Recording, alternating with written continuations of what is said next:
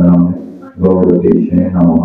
हे कृष्ण करुणा सिंधु दीनबंधु जगत्पते गोविंद गोपिकाकांत राधा कांत नमोस्तुते। नमो ब्रह्मदेवाय गो ब्रह्मणिताय जगद्गीताय कृष्णाय गोविंदाय नमो नमः। कृष्णाय वसुदेवाय गोपीनंदनाय च आनंद गोपकुमाराय गोविंदाय नमो नमः। नमो पंकजनाभाय नमो पंकजमालिने नमो पंकजनेत्राय नमस्ते पंकजांताय। तप्तकांतर गौरंगी राजवृंद महेश्वरी शुभांशुदेवी नमामि हरिप्रिय लीलाचलनिवासाय नित्याय परमात्मने बलभद्र सुभद्रमय मोदगनाथाय नमः। ओम वृंदाय तुलसीदेव केशवक्षस विष्णुदेवी सत्यवत्ते नमो नमः। जय श्री कृष्ण चैतन्य प्रभु नित्यानंद श्री अद्वैत शिवासादि गौर भक्तवृंद हरे कृष्ण कृष्ण कृष्ण हरे हरे हरे राम राम राम हरे हरे। नमस्कृतं नरं चैव नरोत्तमं देवीं सरस्वतीं व्यासं ततो जयमुदीरयतो नष्टप्रायेषु अभद्रेषु नित्यं भागवत सेवाया भगवदुत्तम श्लोके भक्तिर्भावतु नश्चित्ते। ओम नमो भगवते वासुदेवाय ओम नमो भगवते वासुदेवाय ओम नमो भगवते वासुदेवाय। वसुदेव परम वसुदेव परमहंस वसुदेव परशुगा वसुदेव परक्रिया वसुदेव परम ज्ञानम वसुदेव परम तपो वसुदेव परधर्म वसुदेव परागति मकरम परदिवासलम कंकुंडम हरिके यत्किततमहं वन्दे परमानन्दमाधवम्। पादौ तृतीयो प्रथमो द्वितीयो तृतीयो चतुर्थो चतुर्थो नातिस्तः पंचम एव षष्ठोच्चन्तरं प्रत्येकतथान्तो कंठस्थ राज नवम तृतीयो मुखारविन्द दशमो कर्तव्यम् एकादश यशलकट्टं शिवविदुराज शिवभाति समाधिदेवं करुणनिधानं तमाहं सुपर्णं सुरितवतारम् अपामृत संसार समुद्रसेतुं भजामि भागवत स्वरूपम्। अर्थात भागवत वंदना अर्थात भागवत হচ্ছে কি দ্বাদশ স্কন্ধ। দ্বাদশ স্কন্ধের মোট অধ্যায় হচ্ছে কয়টা? 335টি অধ্যায়। এখানে বলা আছে পাণ্ডব যদিও প্রথম দিন অর্থাৎ ভগবান শ্রীকৃষ্ণের দুই চরণ হচ্ছে কি ভাগবতের প্রথম স্কন্ধ এবং দ্বিতীয় স্কন্ধ। তৃতীয় এবং চতুর্থ স্কন্ধ কি ভগবানের দুই গুরু, পঞ্চম ভগবানের নাভির মূল, ষষ্ঠ স্কন্ধ ভগবানের ভক্তদের, সপ্তম অষ্টম দুই বাহু, নবম স্কন্ধ কণ্ঠদেশ, দশম আশ্চর্য মুখ মণ্ডল। যেখানে ভগবানের অপ্রাকৃত লীলা কথা, ভগবানের লীলা কথা অর্থাৎ জন্মগ্রহণ করার পর তিনি কি করেছেন সমস্ত লীলা এখানে বর্ণনা করা হয়েছে। কয়টি অধ্যায় বর্ণনা করা হয়েছে? 90টি অধ্যায়। কয়টি অধ্যায়? 90টি। আর মোট অধ্যায় সংখ্যা কয়টা? ভাগবতের 335টি অধ্যায়। তোমরা গীতা এবং ভাগবতের পার্থক্যটা বুঝতে পেরেছো? গীতার অধ্যায় হচ্ছে মাত্র 18টি, ঠিক আছে, এখানে স্কন্ধ নাই।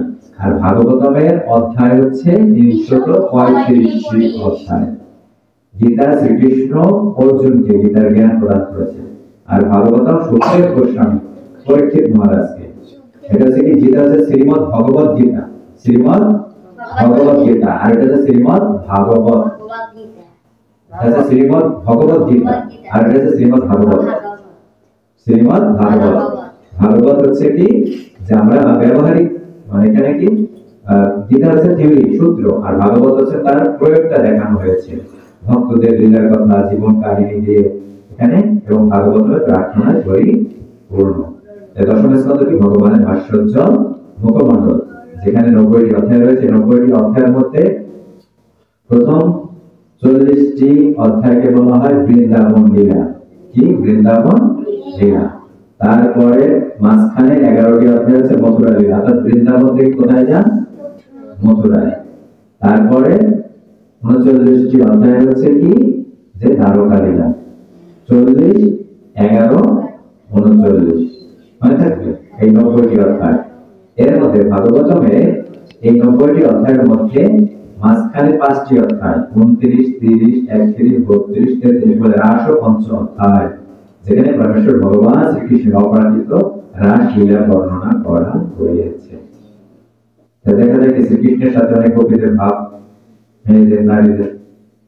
তাই তাকে চৈতন্য মহাপ্রভু তার শিক্ষাষ্টকে বলছে বিলম্পট, কিন্তু তার যে এই যে তার ভাব, আর এটা হচ্ছে এই জড়জগৎ, এটা তো চিন্ময় জগতের যে ভাব, সেটা হচ্ছে কি অপ্রাকৃত চিন্ময় ভাব। আমরা জড়জাগতিক মানুষের দৃষ্টি তো নিচু, তাই আমরা দেখি কি লম্পটের মতো দেখি, কিন্তু এটা হচ্ছে কি তার জড়জগৎ হচ্ছে তার বিকৃত রূপ, অর্থাৎ তার প্রতিবিম্ব ছায়া, সেটা হচ্ছে কি বিকৃত রূপ। তাই আমরা কি করে জড়জাগতিক মানুষ সেটাকে কি খারাপ ভাবে অনেকে দেখে। সেটা হচ্ছে কি তাদের যে প্রেম, তাদের যে ভক্তি, অপ্রাকৃত ভক্তি গোপীদের, তারা এমন ভাবে চিন্তা করতো যে আমাকে তারা ব্রহ্মাকে বলতেছে যে কেন আমাদের চোখে কেন আমরা পলক ফেলি, এই নিমেষ কাল এটুকু এইটুকু সময় আমরা ভগবানকে আমরা দর্শন থেকে বঞ্চিত হবো, তাই না? হচ্ছি আমাদের চোখটা এভাবে বানাইছে সারাক্ষণ তাকায় থাকতাম যে এক মুহূর্তের জন্য কৃষ্ণকে আমরা না দেখতে পারি, সবসময় যেন আমরা কৃষ্ণকে দেখতে পারি। এখন দেখো পরমেশ্বর ভগবান শ্রীকৃষ্ণের 16,108 জন কবি ছিল, স্ত্রী ছিলেন, ঠিক আছে, মহিষী ছিলেন।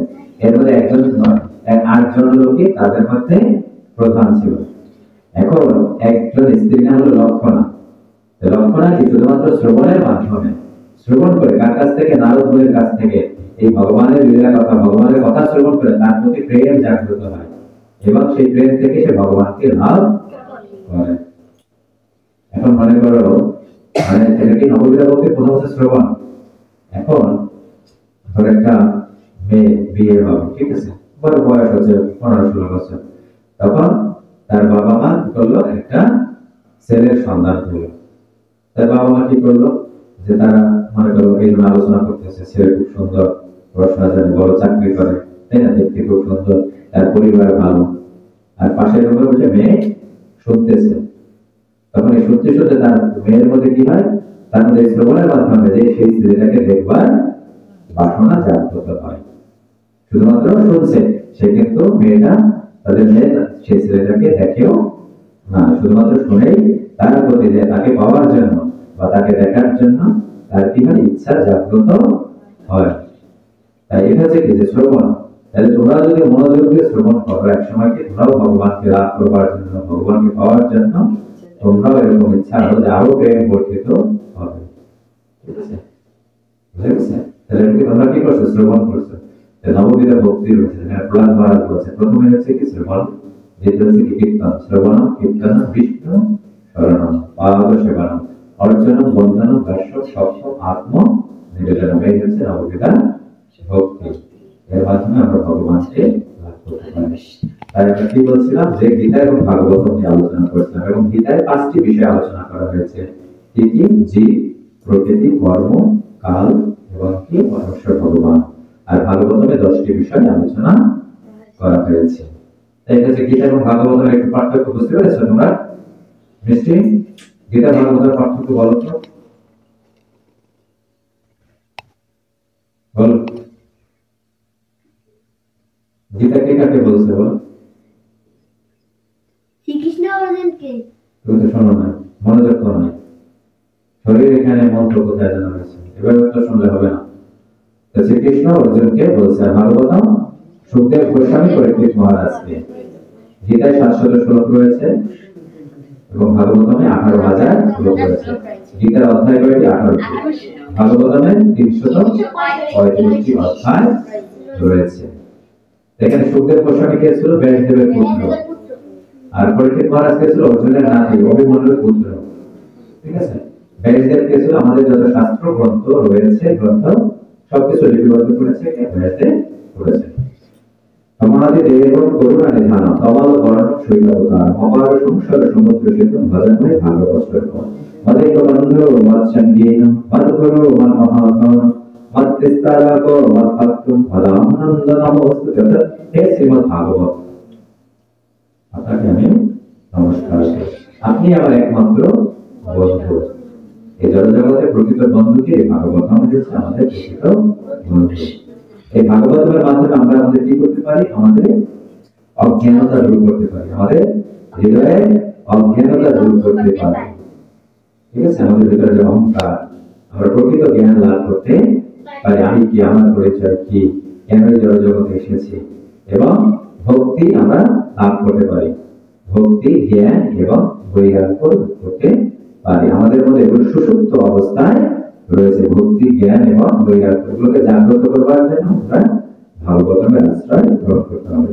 আমাদের তো বন্ধু মত সঙ্গী, আমার একমাত্র সঙ্গীকে শ্রীমদ্ ভাগবত। শ্রীমদ্ ভাগবত, শ্রীমদ্ ভাগবত। ভাগবত হচ্ছে রসমালাই। গীতা হচ্ছে কি, ধরো তোমরা এখন ছোটবেলায় পড়াশোনা করতেছো, এটা হচ্ছে গীতার গ্রন্থ, গীতার জ্ঞান। আর ভাগবত হচ্ছে তোমরা মনে অনার্সে পড়ালেখা করবো, তার উচ্চতর। তারপরে স্টেপ হচ্ছে কি চৈতন্য চরিতামৃত। ঠিক আছে, তাহলে আগে ভাগবতম, গীতার জ্ঞান লাভ করে ভাগবতম, তারপর চৈতন্য চরিতামৃত। আমার সঙ্গীর আমার গুরু, আমার একমাত্র গুরুকে আপনি, এটা ভাগবত। আমার মহাজন, আমার মহাধন হচ্ছে কি আপনি। আপনি আমার এক ত্রাণকর্তা, আমার ভাগ্য, আমার আনন্দ। এই ভাগবতকে আমার একমাত্র আনন্দ, সচ্চিৎ আনন্দ। ঈশ্বর পরম কৃষ্ণ সচ্চিদানন্দ বিঘ্নাদি আদি আদি গোবিন্দ সর্বকারণ কারণ। আমার একমাত্র আনন্দ হচ্ছে আপনি। আমি আপনাকে আমার সশ্রদ্ধ প্রণতি জ্ঞাপন করি। তাই হচ্ছে কি যে আমরা মাত্র, আমরা আমাদের একটি শ্রীকৃষ্ণকে প্রণাম এখানে বলা আছে, ওম নমো ভগবতে বাসুদেবায় সচ্চিদানন্দের রূপায় বিশ্বৎপত্তাদি হেতবে তাপত্রয় বিনাশায় শ্রীকৃষ্ণায় ভয়ং নমঃ। মহাতের প্রথম শ্লোকে ভগবানের তিনটি স্বরূপের বর্ণনা করা হয়েছে। তিনটি স্বরূপ কি? সৎ, যেখানে কি হচ্ছে কি নিরাকার ব্রহ্মের উপাসনা, চিৎ, সেটা জ্ঞান স্বরূপ অর্থাৎ, আর হচ্ছে কি আনন্দ, যিনি জগতের উৎপত্তি স্থিতি লয়ের হেতু এবং আধ্যাত্মিক আদিদৈবিক আদিভৌতিক এই তিনটা বিনা সৎ, সৎ, চিৎ এবং আনন্দ। অর্থাৎ ব্রহ্মেতিক পরমাত্মাতিক ভগবানাতিক। সৎ মানে ব্রহ্মের উপাসনা, চিৎ মানে পরমাত্মার উপাসনা, এবং আনন্দ মানে সাকার উপাসনা, ভগবানের বিগ্রহের উপাসনা। যারা শুদ্ধ ভক্ত তারা কি করে ভগবানের বিগ্রহের উপাসনা করে থাকে। জ্ঞান প্রবর্ধন্তম অনুপেতম অপেতকৃতম দৈকান বিভূকান্ত রাজু ভাব প্রত্যেতি তন্ময় তয় রোগ অপনেতুস্ত্বাম সর্বভূত হৃদয়াম মুনিমানন্দস্মি। শ্রী সুত গোস্বামী বলেন, আমি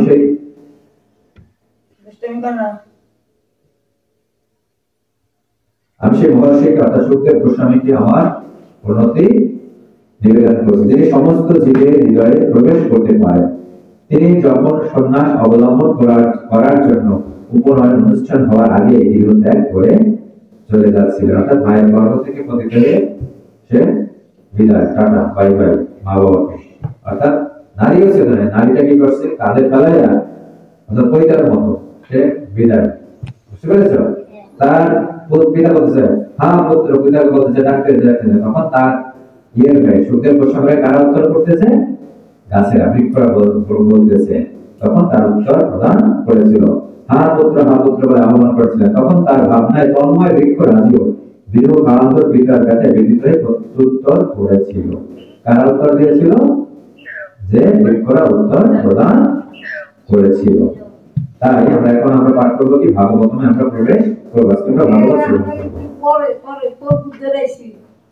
হরে কৃষ্ণ। ভাগবতমে আজকে আমরা প্রবেশ করবো কি মথুরা লীলা প্রবেশ। মথুরা লীলা দেখো, মথুরা লীলায় আরে যাবো বাড়ি। হ্যাঁ হ্যাঁ, ভাগবতমের দশম স্কন্ধে 41 অধ্যায়। শ্রী শুকবাচ স্তুবন্তম তস্য ভগবান দশৈতন জয়গোপুঃ সমাহার কৃষ্ণ নটো নট্টম ইব আত্মা। শ্রী সুখদেব গোস্বামী বলেন, অক্রূর যখন স্তব নিবেদন করছিলেন, পরমেশ্বর ভগবান শ্রীকৃষ্ণ জলমধ্যে প্রকাশিত তার স্বীয় রূপ প্রত্যাহার করে নিলেন। ঠিক যেভাবে কোন অভিনেতা তার অভিনয় পরিসমাপ্তি করে। দেখো এখানে কি বলছে, এখানে পরমেশ্বর ভগবান শ্রীকৃষ্ণ কোথায় ছিলেন? বৃন্দাবনে ছিলেন। বৃন্দাবনে কত বছর ছিল? 12 বছরের মতো নাকি? এখন তখন অক্রূর তার কাকা হয়, শ্রীকৃষ্ণের সম্পর্কে কি হয়?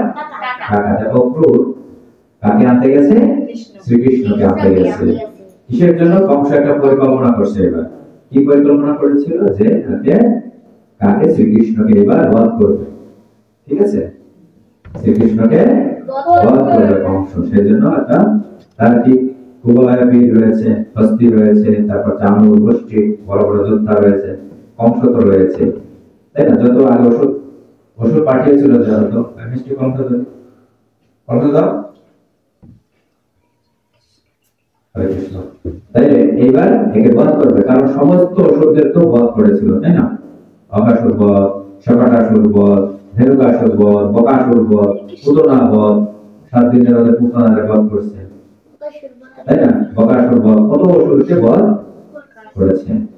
এইবারকে যেহেতু সবাই ফেল করছে, এখন কি করলো? তার জন্য কি করলো? অক্রুরকে পাঠিয়েছে বৃন্দাবনে। তাই বৃন্দাবনে কি গোপীদের কাছে বিদায় নিয়ে তারা কি রথে উঠলো। ঠিক আছে, একটা রথ উঠলোকে অক্রুর, আর কে কৃষ্ণ এবং বলরাম উঠেছিল। অন্য রথে গোপীরা বা ইয়েরা গোপরা, ঠিক আছে, গোপ মানে কি ছেলেরা, ছেলেরা তারপর নন্দ মহারাজ এরা অন্য রথে আসতেছিল। তো যখন আসছে তোকে তারা অন্য রথের দিকে যাচ্ছিল, অক্রুর ঠিক সন্ধ্যা করতো, ঠিক আছে, সন্ধ্যা ভগবানের পূজা করতো। তখন যখন দুপুরবেলা হয়ে গেছে, যমুনা নদীর কাছে এসেছে, তখন কি করলো? যমুনায় স্নান করে, এখন দেখো অক্রুর মনে একটা ভয় জাগ্রত ছিল। কি ভয় ছিল? যে এবার তো শ্রীকৃষ্ণ এবং বলরামের তো মৃত্যু হবে। ভয় থাকলে, কারণ মনে যদি ভয় থাকে তাহলে ভক্তি থাকে, তার এই ভয়কে দূর করতে হবে। তা তোমাদের মধ্যে যদি ভয় থাকতো যে এই বাসায় আমি রাতে আসবো, আমাদের কি করে, তাহলে কি আসতাম? তোমাদের কি সেই ভয় আছে এখন আমার বাসায় বাড়িতে আসতে? না, এটাই তোমরা নির্ভয় আসতে পারো, তাই তো? আগে তো ভয় দূর করতে হবে। এর উপর কি করলো? এই যে শ্রীকৃষ্ণ কি করলো? যে এর ভয় আগে দূর করতে হবে, একটু খেলা দেখাইতে হবে, তাই তো? কি করলো? যখন স্নান করতে গেছে, যমুনায় ডুব দিয়েছে, তখন দেখি হায় হায়, কৃষ্ণ দেখতেছি কোথায়? যে নাগের উপর, কে নাগকে? অনন্তনাগ, বলরাম, সে বলরামের পর শোভা শ্রীকৃষ্ণ।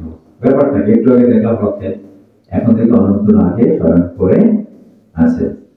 তারা আবার উঠে আবার দেখে কি ব্যাপার, কি আছে কিনা, রথে আছে কিনা, এই দেখে রথে তো তারা আছে, কাহিনী কি?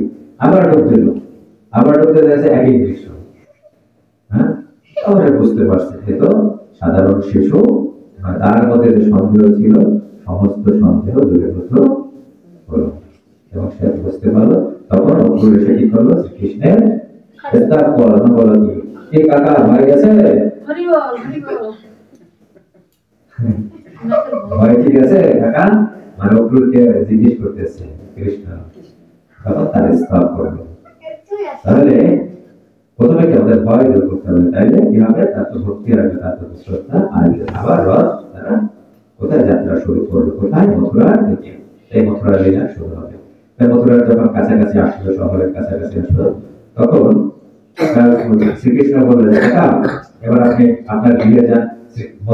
অক্রুর চাইছিল যে তার গৃহে যেন আগে শ্রীকৃষ্ণ তার গৃহে পদতলে যায়, কিন্তু সে বলছে না, আমি আসবো, আমার একটু কাজ আছে, কাজটা সেরে আপনার গৃহে আমি আসবো। তাহলে অক্রুরকে পাঠিয়ে দিল। তখন তার ওখানে বাইরে, শহরের বাইরে তারা একটু থাকলো সবাই, গোপের আগে পৌঁছে গেছে এখানে নন্দ মহারাজরা। তখন কৃষ্ণ কি করলো? কৃষ্ণ আর কে? বলরাম এবং ওই গোপরা, তার বন্ধুরা, ঠিক আছে, তার বাহিনীরা বললো চলো একটু মথুরার অংশের রাজধানী দেখে আসি, মথুরা শহর দেখে আসি, ঘুরে আসি। তখন সবাই একসাথে তারা মথুরা নগরীতে ভ্রমণে বের হলো। মথুরা নগরীতে এতদিন ধরে শুধু শ্রবণ করে এসেছে, তাই না? মাতাজিরা শ্রবণ করছে, অন্যান্য তারা পুরুষ ছিল, নারীরা ছিল, যে এত বড় অসুরকে বধ করেছে, সে আজকে এসেছে। তাই সবাই তখন কি করলো? কেউ যদি বিল্ডিং থাকে ছাদে উঠছে, কেউ রাস্তার দুই পাশে এসে ভগবানকে দর্শন করবার জন্য, শ্রীকৃষ্ণকে দর্শন করবার জন্য মথুরা নগরীর সমস্ত নারীরা রাস্তার পাশে দাঁড়িয়ে ছিল, সবাই তাকে দর্শন করছে, চোখ দিয়ে যে কতদিন পরে তাদের সেই প্রভুকে তারা দেখছেন, তাই না? তারা কৃষ্ণকে দেখছেন। তারপর কি করলো? তারা সম্মুখে যত যেতে লাগলো। এখন তার যে বাহিনী ছিল, তাই না, অনেক বিভিন্ন বুদ্ধি দেয় না, তখন বলে যে আসলাম, ইয়েতে আসলাম, তাই না, শহরে আসলাম, আমরা গ্রামে কি গোপ বালক, আমরা গরু চড়াই যাই, এই জামা কাপড় কেমন লাগলো, আমরা জামা এগুলো তো রাজার কাছে যাওয়া যায়, বংশের কাছে একটু জামা তো চেঞ্জ করা দরকার, ভালো জামা কাপড় পরা দরকার। তখন কি করলো? তারা ওইখানে যে রাজতন্তুবাই মানে যে ধোপা, রজক ধোপার সাথে তারা ধোপার কাছে গেল। তখন ধোপাকে বললো যে আমাদেরকে কিছু, আমার মামা হচ্ছে কি এখানে রাজা বংশ। তখন তো সে ভেবে গেল, তোমার রাজা, তোমরা কি গোপ পালো, সে তোমার মামা হয় কি করে? তখন বলছে যে আমাদেরকে কিছু প্রাণ পোশাক দেওয়া হোক, আমরা তার খাই না। তখন তো সে আরো খেপে গেল। তখন তার যে সঙ্গীরা আসলো, ছিল বন্ধুরা, তখন বলছে এক হাত নে দেখাই দে অংশ কি ধূপাকে। তখন কি করলো, যে বলছে আমাদের আরো কাপড় দাও, আবার বললো, তখন তো সে আরো খেপে গেছে।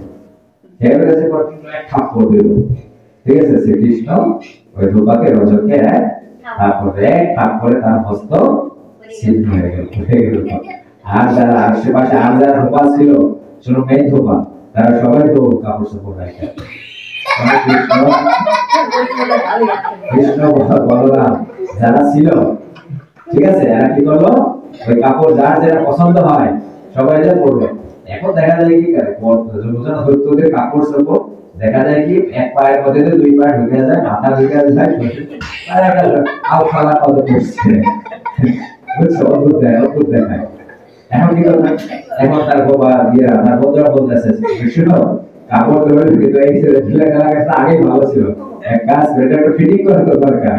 তো টেইলার কোথায় পাওয়া যাবে না, খুঁজতে খুঁজতে তারা নগরীতে ভ্রমণ করতে করতে এক তত্ত্ববাড়ির কাছে গেল। রজত মানে ধোপা, তত্ত্ববাড়ি মানে টেইলার, টেইলারের কাছে গেল। টেইলারের কাছে গিয়ে অনুরোধ করার পর তত্ত্ববাড়ি মানে টেইলার কি করলো, তাদের জামা কাপড় ফিটিং করে দিল। এবার খুব সুন্দর হলো।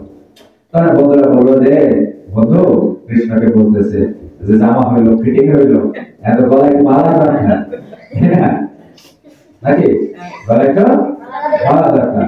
তার কি করলো, যে কোথায় গেল, এখানে সুদামা নামে এক মালাকার ছিল। এই সুদামা কিন্তু ওই সুদামা না, ওই বন্ধু ওই সুদামা না, ঠিক আছে, এলো অন্য সুদামা, মালাকার সুদামা। সে প্রতিদিন কি করে, তার বংশের জন্য মালা তৈরি করে, মালা গাঁথে। এবং সে ভগবানের কথা শ্রবণ করছে, ভগবানের জন্য মালা গেঁথে থাকে প্রতিদিন, যে কবে ভগবান আমার গৃহে আসবে। এটাই ভাগবতের শিক্ষা। দেখো, তোমার মনের বাঞ্ছা যদি থাকে আমি ভগবানকে আমি এটা দেবো, ভগবান অবশ্যই এক সময় তোমার গৃহে হাজির হবে। তাই মালাকারের নাম কি, মালাকারের নাম কি, মালাকারের নাম কি, যে মালা তৈরি করে তার নাম কি, সুদামা। কি কোথায় যাবে, যাও, মালাকারের নাম কি, সুদামা। সুদামার মনের বাঞ্ছা, মনের তার যে আর কি এতদিনে যে কবে ভগবানকে মালা আমি পরাবো। আমাদের মনে যদি ভালোবাসা থাকে, তীব্র প্রেম থাকে কাল প্রতি, সে জনজাগতিক প্রেম হোক আর এই আধ্যাত্মিক প্রেম হোক, সেটা তুমি অবশ্যই লাভ করবে। ভগবানের প্রতি তার এই প্রেমের কারণে, ভগবান তো জানে সব কিছু, তো অন্তর জানে, ভগবান কি করেছে, যে ভগবান তার কাছে দর্শক মনোনয়ন, শ্রোতা মনোনয়নদেরকে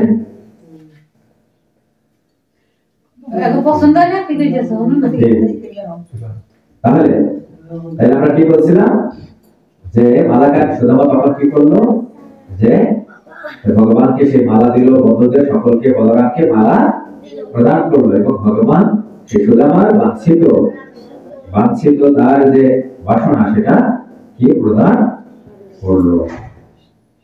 বুঝতে পেরেছো?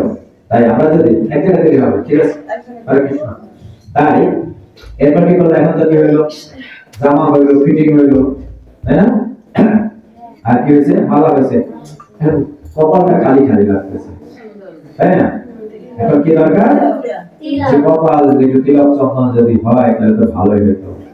ঘুরতে ঘুরতে দেখেছে কি সুগন্ধ আসতেছে, চমৎকার সুগন্ধ, নিশ্চয়ই এখানে বোধহয় চন্দন বাড়তেছে কেউ, তাই না।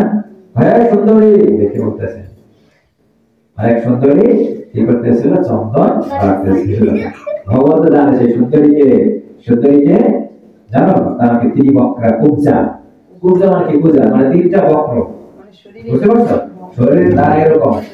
এখন কুবজা তো খুবই রাগান্বিত হইল, আমার সুন্দরী বলতেছে আমার হলো ত্রিভঙ্গ, আমি দাঁড়াইতে পারি না সোজা, আমি সোজা দাঁড়াইতে পারি না, আমার সুন্দরী বলতেছে কে ডাকতেছে, আমার সাথে মস্করা করতেছে। তখন দেখে শ্রীকৃষ্ণ, তখন শ্রীকৃষ্ণকে দেখে তো অবস্থা খারাপ, কুবজা তার সেই হাসি দেখে তার সে অভিমান রাগ চলে গেছে কুবজা। শ্রীকৃষ্ণ সেখানে গিয়ে বলছে, কুবজাকে বলছে, সুন্দরী, তার নাম কি ছিল, শৈলেন্দ্রী, শৈলেন্দ্রীকে বলছে যে আমাকে কি দাও, যে তিলক চন্দন। তখন শৈলেন্দ্রী থাকে তাদেরকে সবাইকে তিলক চন্দন করিয়ে দিল। তিলক চন্দনের উপযুক্ত ব্যবহার কিন্তু কোথায় জানো, বৃন্দাবন ধামে। আমরা যখন বৃন্দাবনে গেছি, তারা শুধু কপালে তিলক দেয় নাই, সব জায়গায় তিলক দেয়। গালে তিলকটা এখানে রাধে রাধে রাধে লেখা থাকে, ঠিক আছে, রাধে। তারপর এখানে দেয় তো সব জায়গায়। তো তিলকে যথার্থ ব্যবহার হয় কোথায়? বৃন্দাবনে, ঠিক আছে। তাই আমরা স্নানের পরে অবশ্যই যেন তিলক করি, ঠিক আছে। স্নানের পরে অবশ্যই আমরা তিলক করবো। হয়তো প্রথম প্রথম কেউ যারা একটু এটা প্রতিরুচি নাই তারা একটু কথা বলে সাধু হয়ে গেছে তিলক করে, তাই না? ওগুলো কানে দেবা না, প্রথম প্রথম বলবে, তারপর ঠিক হয়ে যাবে, ঠিক আছে। তাই স্নানের পরে আমরা তিলক করবো। তাই এখন যেহেতু ভগবানকে দান করছে, ভগবানকে তুমি যাই দাও, ভগবান সবসময় চায় সেই ঋণ শোধ করতে, ঠিক আছে। ভগবানকে যদি তুমি একটু জল আর কি দাও, জল ফুল দাও, তুলসী পত্র দাও, তাহলে ভগবান কি বলে, কৃষ্ণকে তুলসী জল দেয় যেইজন তার ঋণ শোধিতে কৃষ্ণ করে চিন্তন। জল তুলসীর সম কিছু ঘরে নাহি ধন। অর্থাৎ আর কিছু পাবার না পারো, শ্রীকৃষ্ণকে একটু জল এবং তুলসী পত্র যেন প্রদান করতে পারে, ঠিক আছে। এবং সেটাই মহাপ্রসাদ রূপে আমরা যেন পাই। সেই জলটা অনেকে কি করে ফেলাই যায়, সেটা তো মহাপ্রসাদ, সেই জল ফেলে দেবেন না, ঠিক আছে। এটা কি প্রসাদ হলো? আমাদের উচিত কি সেই জলটা কি করবে, আমরা কলসিতে ফেলে দেবেন, বাইরে ফেলাবে, কলসিতে ফেলাবে। আরে বাবা, কলসিতে ফেলাইলে কি হবে, সারাদিনে তো প্রসাদ খাওয়া হবে। এমনি তো যা খান অবক্ষ ভক্ত করতে থাকি আমরা, নাকি? ঠিক আছে, আমরা যা খাই কি খাই, পাপ গ্রহণ করে থাকি, ভগবানকে নিবেদন করি না। নিরামিষ খাইলেও কি ভগবানকে নিবেদন করি না? অন্তত জলটুকু যেন ভগবানের প্রসাদ পায়, তাই জলটা কি করবে, কলসিতে ফেলে দেবে। তাহলে কি হবে, জলটা কি প্রতিদিন প্রসাদ যতবারে জল খাবেন সেই প্রসাদটা পাওয়া হলো। কথাটা কি ক্লিয়ার বোঝা গেছে? এটা হচ্ছে কি ভক্তি, আমরা কিভাবে ভক্তি করব সহজে, এটা হচ্ছে কি উপলব্ধির ব্যাপার, যে কিভাবে আমরা ভগবানের সাথে যুক্ত হব। আমাদের উচিত কি, পত্র পুষ্প ফলম তোয়ম যোগে ভক্ত প্রযচ্ছতি তদহম ভক্তি পরিতম নামে প্রযত আত্মা। অর্থাৎ পত্র পুষ্প ফল জল আমাদের গ্রহণ করতে, অর্থাৎ যা ভগবানকে নিবেদন করা যায় তাই গ্রহণ করতে হবে। আচ্ছা, এইভাবে যদি পাঠ করি বুঝবে তো জনগণ, নাকি? ঠিক আছে না? বাস্তে তাহলে আমাদেরকে কি গ্রহণ করতে হবে? অনেক সময় তো দ্রুত হয় আমার পাঠ, তাই না? এখন ঠিক আছে, তাহলে পত্র পুষ্প ফল জল। পত্র মানে কি? পত্র মানে কি? পাতা। কিসের পাতা? শুধু কি তুলসী পত্র আমরা খাবো? কি পাতা খাবো? শাক সবজি, সমস্ত শাক, তাই না? পুঁইশাক কি করি আমরা? পুঁইশাক রান্না করি, সবজি দিয়ে রান্না করি, পুঁইশাকের বড়া করি, তাই না? পত্র। পুষ্প মানে কি? বিভিন্ন পুষ্প আমরা কি করি, পুষ্পের বড়া তৈরি করি না? কি পুষ্পের বড়া করি? বক ফুলে, কুমড়া ফুলে, তারপর কি আছে না, শাপলা ফুলের বড়া, শোলা ফুলের বড়া, বড়া করে পত্র পুষ্প। তারপর আমাদের এমনি পুষ্প ভগবানকে নিবেদন করে না? ফল, যত ফল আছে, ফল। তোরা মানে কি জল, শুধুমাত্র এই জল না, সমস্ত জলীয়, ঠিক আছে, সমস্ত জলীয়। এগুলো হচ্ছে আমাদের খাদ্য, কিন্তু এগুলো আমাদের খাদ্য, এগুলো অর্থাৎ যা ভগবানকে নিবেদন করা যায় তাই আমাদের গ্রহণ করতে হবে। তাই আমরা কি আলোচনা করছিলাম, কোথা থেকে কোথায় গেলাম, যে পূজা, তাই না? এখন পূজাকে তাদের কিছু দেওয়া দরকার। অর্থাৎ আমি বলছিলাম যে যখন আমরা ভগবানকে কিছু দেব, ভগবান তার অনেক গুণ বেশি রিটার্ন দেয়, প্রদান করে, ঠিক আছে। ভগবান আবার ফিরিয়ে, তোমার মনোযোগ কিন্তু নাই দাদু, এটা ফটাফটি করো, ওটা ফটাফটি করো, হাজার করে শোনো। তাহলে পূজাকে তো কিছু দিতে হবে, তখন কি করলো ভগবান, কি করলো, তার পা দিয়ে কি করলো, পূজা পাড়া দিয়ে ধরে, আর এখানে হাতে ধরে টান দিল, খটখট খটখট করে তিনটা বক্তার যে ছিল, কোচ ছিল, সব সোজা হয়ে গেল, একেবারে সুন্দরী রমণীতে পরিণত হয়ে গেল। পূজা এই বক্তা থেকে এখন সুন্দরী সৈনিক। তখন তো এর মধ্যে প্রেম জাগ্রত হয়ে গেল। তখন শ্রীকৃষ্ণকে বলে, আসুন আপনি আমার গৃহে আসুন, ঠিক আছে। তখন শ্রীকৃষ্ণ বলে, না, এখন আসা যাবে না। পরে আসবো।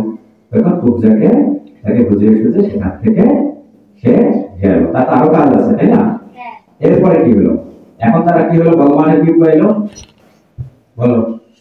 মালা জামা হইলো, ফিটিং হইলো জামা, তারপর মালা হইলো, তারপর তিলক হইলো, চন্দন হইলো। এখন এই কংসের কাছে যাওয়া যায়, তাই না? এখন এখানে ধনুর যজ্ঞ হওয়ার কথা, বিশাল এক ধনু। সেই যে কংস জানতো কি এই ধনু যে তীর ধনুক, ধনুক, এই ধনুকটা যে ভাঙবে যার হাতে, তার হাতে তার মৃত্যু হবে।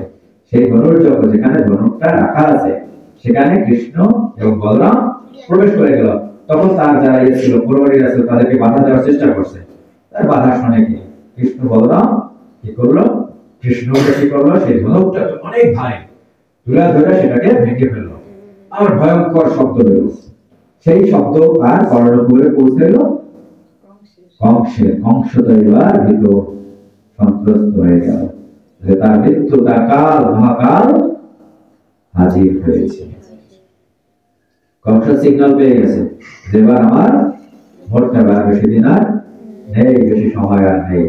তারপর এখানে কি তার বিয়ে মারলো। এখন সামনের দিকে আগাইলো, সামনের দিকে আগাইলো, দেখলো কি যেখানে যাবে সেখানে প্রহরী হিসেবে কাকে কুবলয় আপি, কাকে? কুবলয় আপি। ঠিক আছে? কুবলয় পীর মানে কি? অর্থাৎ কুবলয় পীর মানে কি বলো? অর্থাৎ হাতি, হস্তি। কুবলয় পীর মানে হস্তি। দেখেন কি বলছে? শ্রী শুকবাচ অর্থাৎ কৃষ্ণাস্ত রামস্ত বেদ সৌসিল পরন্ত মল্লদুন্ধুবি দীর্ঘ সংস্কৃত দৃষ্টম পেদু। শুকের প্রশ্ন করেন, হে পরন্তপ, কৃষ্ণ বলরাম সকল প্রয়োজনীয় শৌচ সম্পাদন করে মল্লক্ষেত্রে দুন্ধুবি দীর্ঘ স্থাপন করে কি হচ্ছে তা দর্শন করার জন্য সেখানে গমন করলেন। রঙ্গদারং সমাসত্ত তস্মি তস্মি নামকম অবস্থিতম অপষ্টাত কুবলয় বীরম কৃষ্ণ অঙ্গষ্ট প্রচলিতম। অর্থাৎ শ্রীকৃষ্ণ মল্লভূমির প্রবেশদ্বারে উপস্থিত হয়ে দেখলেন যে মাহুদের প্ররোচনায় কুবলয় বীর নামক হস্তি তার পথ রুদ্ধ করেছে। তারপরে যে বস্ত্রকে দৃঢ়ভাবে বন্ধন করে এবং কুঞ্চিত অলোক রাশিকে পশ্চাতে একত্রে আবদ্ধ করে শ্রীকৃষ্ণ মাহুদকে উদ্দেশ্য করে মেঘ গম্ভীর বাক্যে বললেন। কি বললেন? অম্ব অম্বষ্ট অম্বষ্ট, হে মাহুদ, হে মাহুদ, মার্গম নৌ দিকব ক্রম মা চিরম রচেত শকুঞ্জরম তু আদ্দায়ামি জমসাদনাম। অর্থাৎ শ্রীকৃষ্ণ, হে মাহুদ, মাহুদ এখনই সরে যাও এবং আমাদের যেতে দাও। যদি তা না করো আজই আমি তোমাকে এবং তোমার হাতি উভয়কে জমালয়ে প্রেরণ করব। এইভাবে পুরস্কার করো। দৃষ্টিতে ক্রুদ্ধ মাহুদ। মাহুদ কি হলো? মাহুদকে যে হাতির যে রক্ষণাবেক্ষণ যে পরিচালনা করে তাকে কি বলে? মাহুদ বলা হয়। মাহুদ তার কালান্তর যম সদৃশ গুপ্ত হাতিকে শ্রীকৃষ্ণকে আক্রমণ করার জন্য পরিচালিত করলেন। আক্রমণ, ঠিক আছে?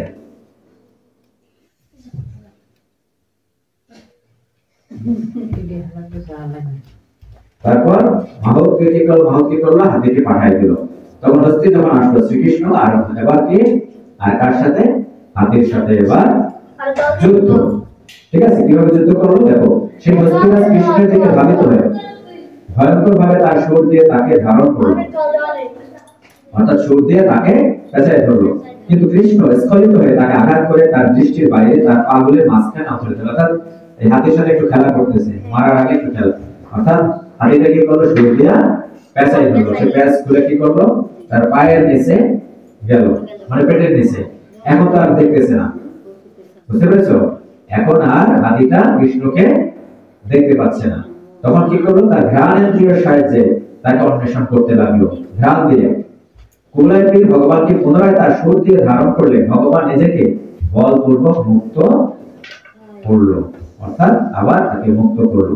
অতঃপর শ্রীকৃষ্ণ গরুর যেমন সর্বকে আকর্ষণ করে তেমনি শক্তিশালী কুবলয় পীরকে তার উচ্চ ধরে পঞ্চবিংশতি ধনুক দৈর্ঘ্য পরিমাণ পর্যন্ত টেনে নিয়ে গেলেন। অর্থাৎ কত? 50 পঞ্চবিংশতি ধনুক। অর্থাৎ একটা ধনুক মানে এক গজে ধরে 50 গজ দূরে টাইনা নিয়ে গেল এবং তাকে কি করলো? আসার মারা, মানে লেজ ধরে আসার দিয়ে তাকে মেরে ফেললো হস্তিকে। এবং তাকে কি করলো? হাতির যে দুটো দাঁত ছিল সেই দাঁত দুটো ভাঙা কাঁধে নিয়ে সে সামনের দিকে আপনার আগাই গেল, ঠিক আছে? তাই যে হাতির দাঁত ভাঙছে, তার রক্ত খরচ মানে এখন দেখো সামনের দিকে যখন আগালো তখন কৃষ্ণকে কেমন লাগছিল। এবং মৃত হাতিটিকে পরীক্ষা করে শ্রীকৃষ্ণ হাতির দাঁতটি ধারণ করে মল্লস্থলে প্রবেশ করলেন। তার স্থলে হাতির দাঁতটি স্থাপিত, হাতির রক্ত শ্বেত বিন্দু সমূহ তার সমস্ত শরীর ছড়ানো এবং তার পদ্মসদৃশ মুখমণ্ডলে আপন উদ্গত শ্বেত বিন্দু এর পরম সত্যে ভগবান তখন শোভিত ছিলেন। সেই দৃশ্য কল্পনা করো কেমন দেখাচ্ছে চোখ বন্ধ করে।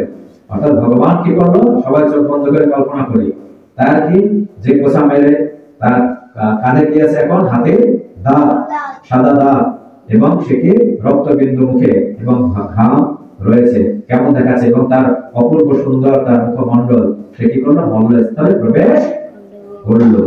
তখন দেখো মল্লস্থলে প্রবেশ করে এখন তো এখানে বিভিন্ন শ্রেণীর লোক ছিল, তাই না?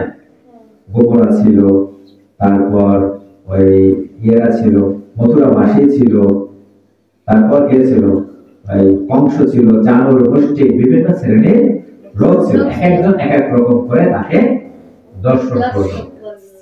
যারা মনে করো অল্প বয়স্কা, মানে কৃষ্ণের ছোট, কৃষ্ণের সমবয়সী, তারা তাকে কি হিসাবে দেখলো, পতি হিসাবে দেখলো, তাদের কি বন্ধু হিসাবে দেখলো।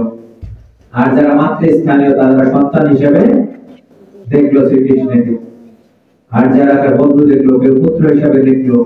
এবং কংস হিসাবে কিভাবে দেখলো, তার কংস কিভাবে দেখলো, তার ভগবানের সেই ভগবানকে কিভাবে দেখলো, তার কাল রূপে দর্শন করলো।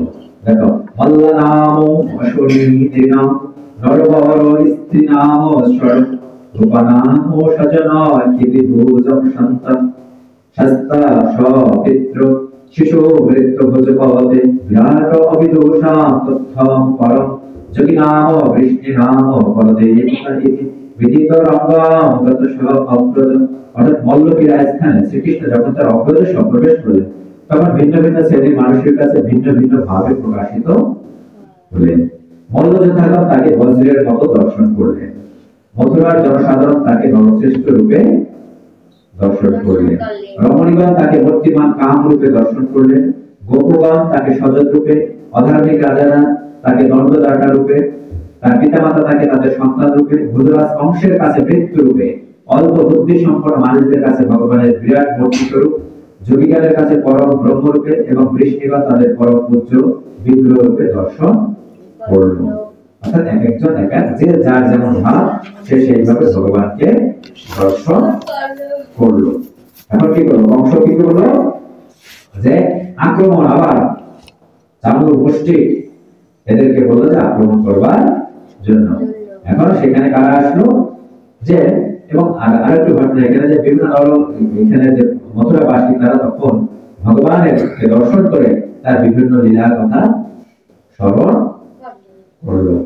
ঠিক আছে, ভগবানের কথা, ভগবানকে দর্শন করে তার লীলার কথা স্মরণ করলো। তাই কি যে তার দর্শন মানে কি, শ্রবণ কীর্তন স্মরণম, স্মরণ করলো, এটা হচ্ছে কি স্মরণ, ভগবানকে কথা স্মরণ করলো। অর্থাৎ দুইবার নিশ্চয়ই ভগবান নারায়ণের অংশ প্রকাশ রূপে এই জগতে বসুদেবের গৃহে অবতীর্ণ হয়েছে।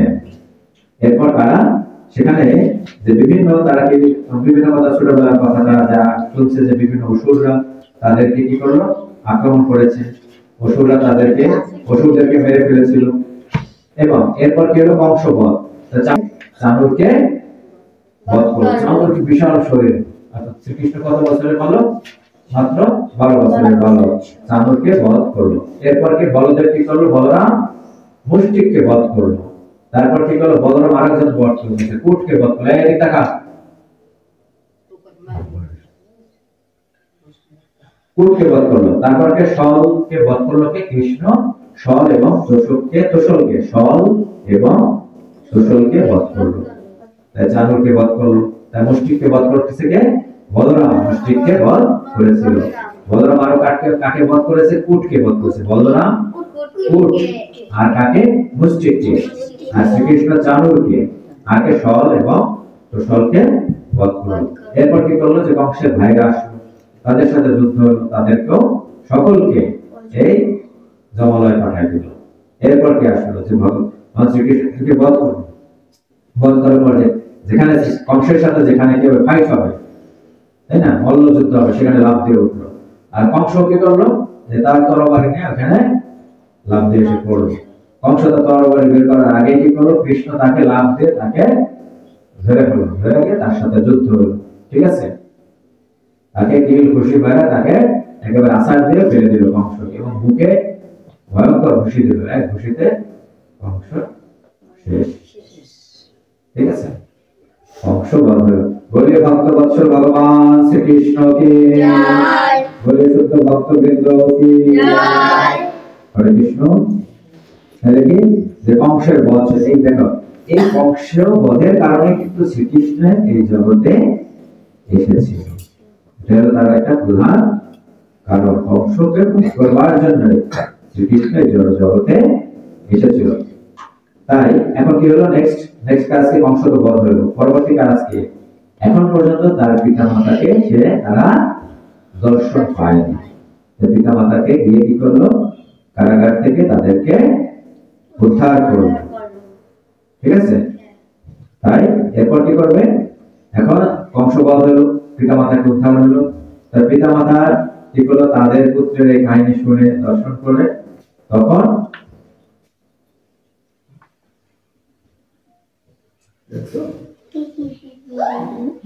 দেখছে, আসেন আসেন,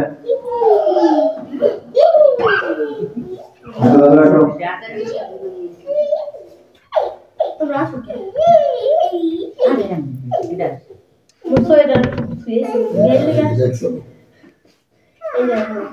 তারপর কি করলো, এখন তো কংসের মারছে, তার মা বাবাকে উদ্ধার করলো। এখন কংসের কি করলো, তারপর অন্ত্যেষ্টি ক্রিয়া ভগবান করালো। অন্ত্যেষ্টি ক্রিয়া অর্থাৎ শ্রাদ্ধাদি, তারপর তাকে কি করা হলো,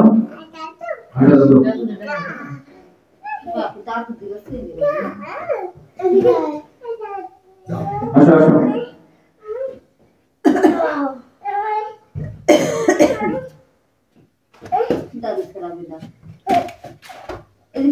কংসের অন্ত্যেষ্টি ক্রিয়া হলো, মা বাবাকে উদ্ধার করলো। এখন এরপরে কাজ হচ্ছে কি, যে এখানে তাকে রাজা বানাইতে হবে একজনকে। তাই সকলে চাইছিল যে কৃষ্ণ যেন ওখানে মথুরা অধিপতি হয়। কিন্তু কৃষ্ণ কাকে রাজা করলো, যে কংসের পিতাকে রাজা করলো। কিন্তু মথুরাবাসী কিন্তু কৃষ্ণকে রাজা হিসেবে চাইতো। তাই তার নাম, অপর নাম কি, মথুরা দেশ। কৃষ্ণের অপর নাম কি, মথুরা দেশ। ঠিক আছে, মথুরা অধিপতি। এখন নেক্সট কাজ কি, রাজা বানাইলো। এখন যে নন্দ মহারাজ, তারও তো আসছিল, নন্দ আসছিল না, তখন বলছিল তার পুত্রকে নিয়ে যাওয়ার জন্য। তখন বলে, বাবা আপনি চলে যান, আমি আসতেছি, আমার তো কাজ আছে এখন। কারণ কি, কারণ কংসের শ্বশুরকে ছিল,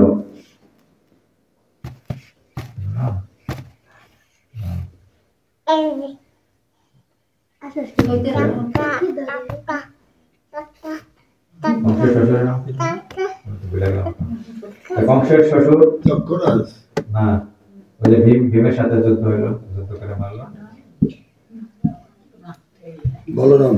হ্যাঁ, বলরাম তো ভাই। তাহলে কংসের শ্বশুর তো তাকে আক্রমণ করবেন, অনেকবার যুদ্ধ করছে। ঠিক আছে, 17 বার পরাজিত করছে শ্রীকৃষ্ণ তাকে। কিন্তু 18তম বার নিজে কি করেছে, যুদ্ধ থেকে পলায়ন করেছে। কারণ যুদ্ধ নীতি কি, অনেক সময় পলায়ন করতে হয়। এটা হচ্ছে যুদ্ধ নীতি, যে সবসময় যে জিতবো, ভগবান চাইলে কি করতে তো সবই পারে, ভগবান কি হারতে পারে না। তাই সে মথুরায় রয়ে গেল। কারণ কি, কারণ হচ্ছে তাকে যে কংসের যে শ্বশুর, সে আক্রমণ করতে পারে, এজন্য তারা সেখানে ছিলেন। এই হচ্ছে কি, যে মথুরা লীলা কিছুটা আমরা সংক্ষেপে আলোচনা করলাম।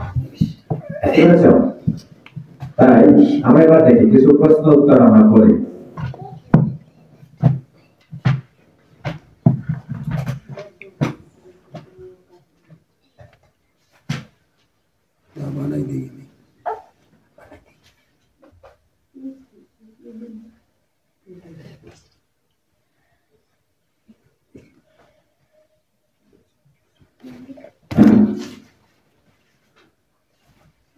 কলিযুগের যুগ ধর্ম কি হরিনাম।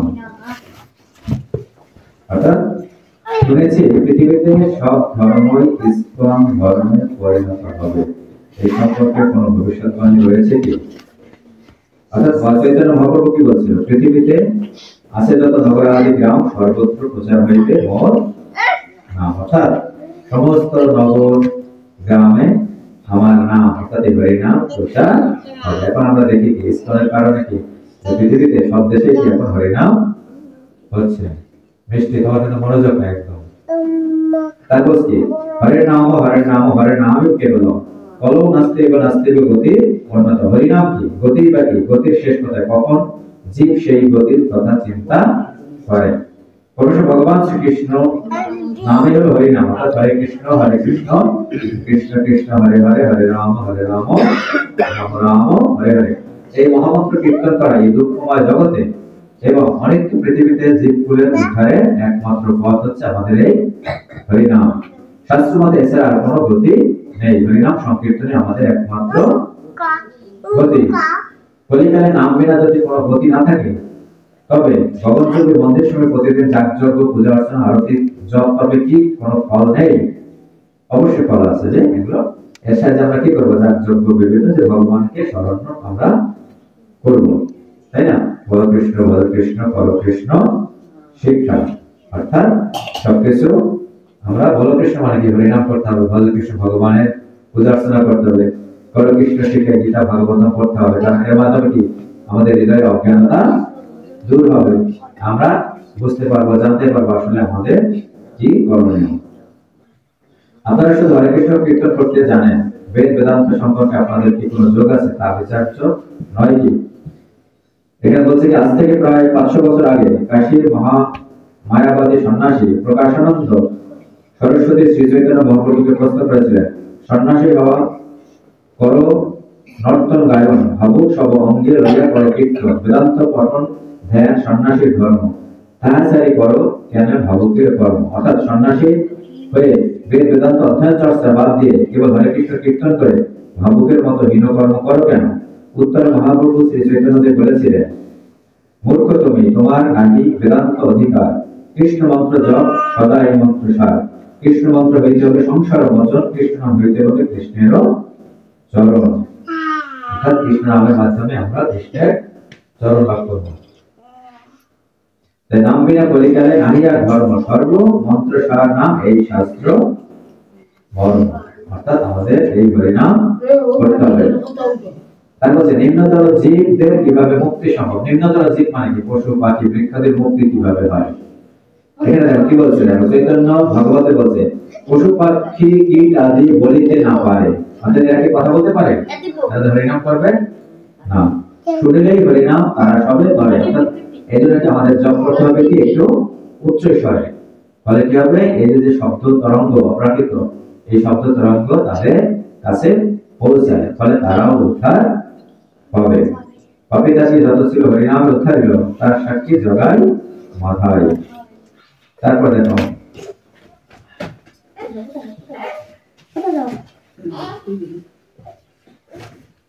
কলিযুগের বিশেষ বৈশিষ্ট্য কি? এই যুগে মানুষ নিজেদের জড়সুখ ভোগাঙ্ক্ষা চরিতার্থ করবার জন্য একে অপরের সঙ্গে অনর্থক কলহ দ্বন্দ্ব হিংসা করবে। কলিযুগের অধর্মের ব্যাপক প্রভাব থেকে মুক্ত হওয়ার একমাত্র উপায় হলো এই যুগ ধর্ম হরিনাম সংকীর্তন, তাই না? তাই আমাদের কি করতে হবে? হরিনাম করতে হবে। হরিনাম বিনা আমাদের কোনো গতি নাই, তাই না? তাই যেতে বলছে কি দেখেন, চৈতন্য মহাপ্রভু তার সে কয়টা শ্লোক, মাত্র 8টা শ্লোক লিপিবদ্ধ করে রেখেছে। চৈতন্য মহাপ্রভু কয়টা শ্লোক? 8টা শ্লোক। এই 8টা শ্লোকে কি বলে? শিক্ষা অষ্টকম। 8টা শ্লোকের নাম কি? শিক্ষা অষ্টকম। ঠিক আছে, বুঝতে পেরেছো? 8টা শ্লোকের নাম কি? শিক্ষা অষ্টকম। শিক্ষা অমৃত কার? চৈতন্য মহাপ্রভু। এখানে হরিনামের মহিমা তিনি বলছে কি, হরিনাম করলে কি লাভ? চিত্ত দর্পণ মার্জনম, অর্থাৎ চিত্তরূপ দর্পণ আমাদের মার্জন হয়। কারণ চিত্তে হৃদয় কি আমাদের কি জমা হয়? ময়লা জমা হয়। অর্থাৎ একদিন শ্রবণ করলাম, কারণ এটা শ্রবণ করতে হয় কি প্রতিদিন শ্রবণ করতে হয়। প্রতিদিন প্রতিদিন আমাদের গীতা ভাগবত কথা শ্রবণ করতে হবে, তা নাহলে কি ময়লা পড়ে যায় হৃদয়ে, তার প্রতি ভক্তি জাগ্রত হয় না। চিত্তর দর্পণ মার্জন করতে হবে কিসের সাহায্যে? হরিনামের সাহায্যে। ভব মহাদবাগ্নি নির্বাপন, অর্থাৎ ভবরূপ, অর্থাৎ প্রতি সংসারে দেখা যায় কি এই সব সংসারে কি জ্বালা রয়েছে না, ঋতাপ জ্বালা, এই জ্বালা থেকে, এই অগ্নি থেকে রক্ষা পেতে হলে আমাদের কি করতে হবে? হরিনাম করতে হবে। তাকে যদি আমরা কি করতে চাই, আমরা বন্ধ করতে চাই, তাহলে হরিনাম রূপ এই জলের সাহায্যে সেই জ্বালা আমরা বন্ধ করব। শ্রেয় কৈরব চন্দ্রিকা বিতরণম বিদ্যা বন্ধু জীবনম, অর্থাৎ বলছে জীবের মঙ্গল রূপ কৈরব চন্দ্রিকা বিতরণকারী, অর্থাৎ কৈরব চন্দ্রিকা, চন্দ্রিকা মানে এই যে শস্য হয়, এটা কিসের কারণে হয়? যে সূর্যের কারণে এবং চাঁদের কিরণের কারণে, কিরণের জন্য শস্য হয়, তাহলে শীতল হয়ে যায়, চাঁদের আলোকে আমাদের হৃদয় শীতল করে দেয়। আর এটা হচ্ছে কি আমাদের হৃদয়কে শীতল করে দেবে এই হরিনামের মাধ্যমে। বিদ্যা বধূ জীবনম, বিদ্যা বধূ অর্থাৎ বউয়ের মতো হরিনাম, অর্থাৎ বউ যদি পুরনো হয় তখন তার ব্যবহার বোঝা যায় না কেমন সে তার ব্যবহার, কিন্তু যখন নতুন বউ হয় তার দেখতে সুন্দর, চলন বলন সবই ভালো লাগে। তাই হরিনাম বলছে কি বধূর মতো। আনন্দ অম্বুজি বর্ধন প্রতিপদ, অর্থাৎ প্রতিপদে আনন্দ বর্ধনকারী, আমাদের আনন্দ সমুদ্রের বর্ধনকারী, পদে পদে পূর্ণ অমৃত আস্বাদন স্বরূপ, সবসময় আমরা পূর্ণ অমৃত আস্বাদন করতে পারি এই হরিনামের মাধ্যমে। সর্বস্বরূপের শীতলকারী শ্রীকৃষ্ণ সংকীর্তন বিষয়স্বরূপে জয়যুক্ত হন, সর্বাত্ম সেনাপনম পরম বিজয়তে শ্রীকৃষ্ণ সংকীর্তনম। তারপর বলছে যে তার শ্রীকৃষ্ণ এবং তার যে নাম হরিনাম, এর মধ্যে কোনো পার্থক্য নেই, শ্রীকৃষ্ণের মধ্যে এবং তার নামের মধ্যে কোনো পার্থক্য নাই।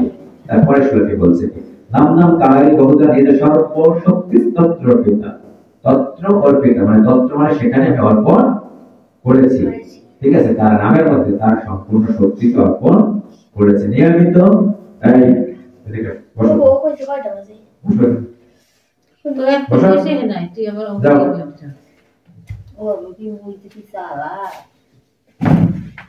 নিয়মিত স্মরণে না কালো হবে, অর্থাৎ এই যে হরিনাম, হরিনাম প্রমাণের জন্য কোনো কালাদি কোনো নিয়ম নাই, কোনো নিয়ম নাই যে ধোয়া কাপড় চাপড় করতে হবে, স্নানাদি সেরে হরিনাম করতে হবে, তাই না? খাওয়া দাওয়া করলাম যে কাপড় পরে হরিনাম করা যাবে কিনা, ঘুমাইয়া শুইয়া বসে হরিনাম করা যাবে কিনা, বাথরুমে গেলাম আমি হরিনাম করতে পারবো কিনা, ঠিক আছে, যে কোনো সময় আমি হরে কৃষ্ণ মহামন্ত্র জপ করতে পারবো। এখন এই ব্যাপারে একটা সুন্দর একটা ঘটনা আছে। একবার চৈতন্য মহাপ্রভু কি করলো, বাথরুমে গেল, তখন দাদা বাথরুম থেকে বের হয়েছে, তখন তার জিহ্বাটাকে কামড় দাও, তার বলছে ছোট বালক গোপাল বলছে কি ব্যাপারটা